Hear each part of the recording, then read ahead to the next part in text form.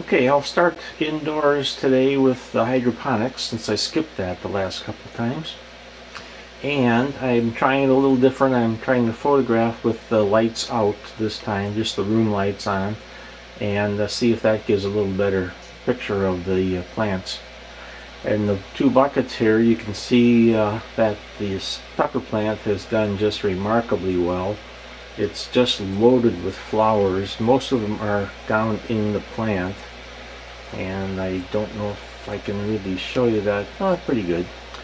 And it's just blooming like mad, so I'm gonna have a pretty good crop of peppers on it. And it's actually bigger now than the one I had grown outside and then moved to the inside pot. And I just changed the nutrients today, so maybe it'll get even bigger. The tomato did not do so well. I finally gave up on it, and I took a clone. I'm trying to start a clone of it, and I hope that's successful. Whatever disease it had, I just couldn't contain. Tried everything. The hydrogen peroxide spray seemed to help for a while, but then it just came back even worse. So I gave up on that, and hopefully if this doesn't work, I'll try to start another couple seeds on that and see what happens. And in the bin over here, I completely took it apart and I'm regrowing it. What I have in here is right here is Italian parsley. Behind that is sage, and over there is another sage, and in the front here is thyme, which is growing kind of strangely. I didn't realize it. Maybe that's how it grows, but it's just kind of spilling all over the place. It seems healthy, so I'll see what happens. And next to that I have a basil plant, and behind it another basil plant. And over in the back here I have two cilantro plants, there and there. And these are all pretty new. They've only been in there for a short while, and hopefully you'll see the roots are just starting to hit the nutrients, so on my next update hopefully you'll see some vast improvement in that.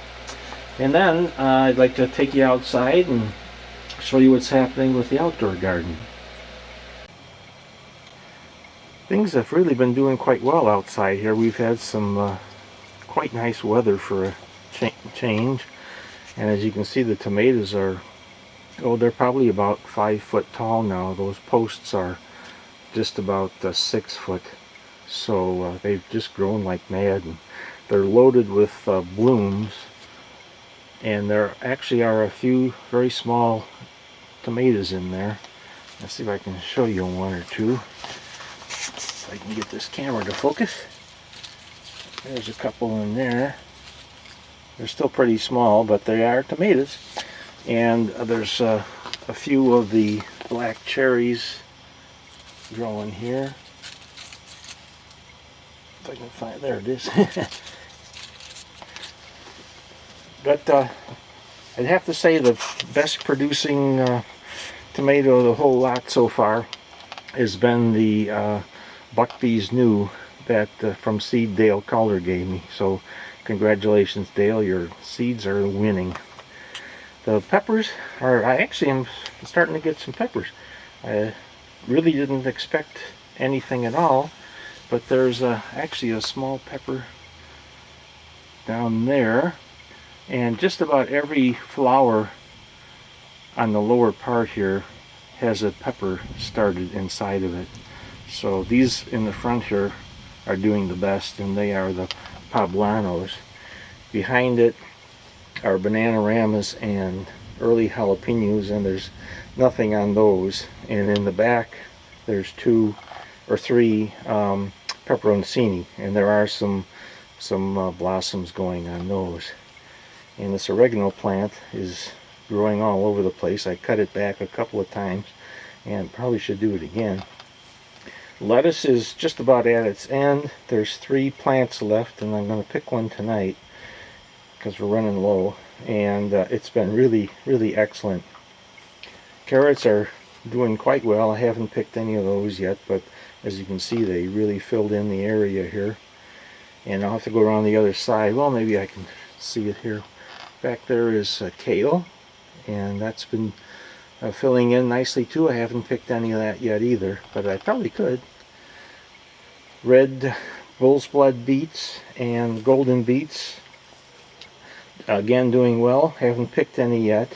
Over here are the ruby queen beets. We did pick meals worth.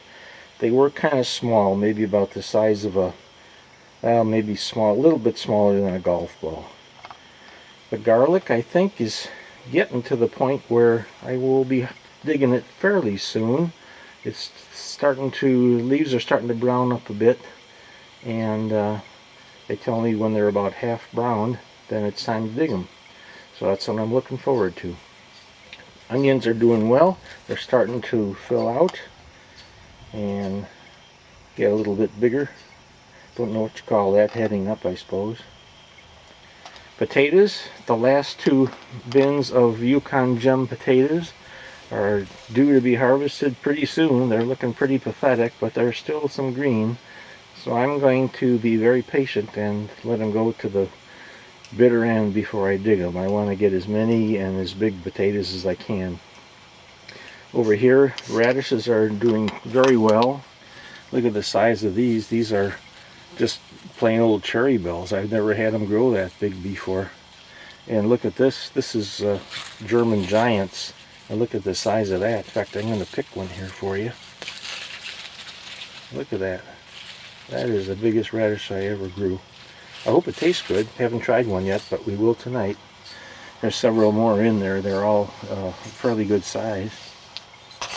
These tomatoes are the Oregon Spring. They're loaded with blooms, and a few very teeny little tomatoes are coming. I expected more out of this variety than I'm getting, but we'll see what happens. I should get something. And the beans are just loaded with blooms.